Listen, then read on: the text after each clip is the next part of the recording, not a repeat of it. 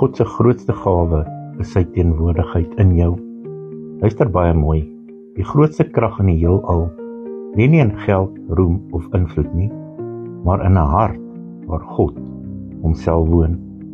1 Korintiërs 3 vers 16. Weet julle nie dat julle die tempel van God is en dat die Gees van God in julle woon? Dit is reg. Jy's nie leeg binne nie. God se Gees leef binne in jou. Dit beteken dat dieselfde krag wat Jesus uit die dood uit opgewek het, nou in en deur jou werk. En dis nie net teorie of 'n mooi idee nie. Dit is werklikheid. Waar jy gaan God saam.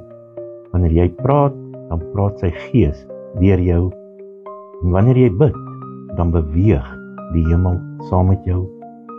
Jy's nie verlate nie. Onthou, jy is God se woonplek.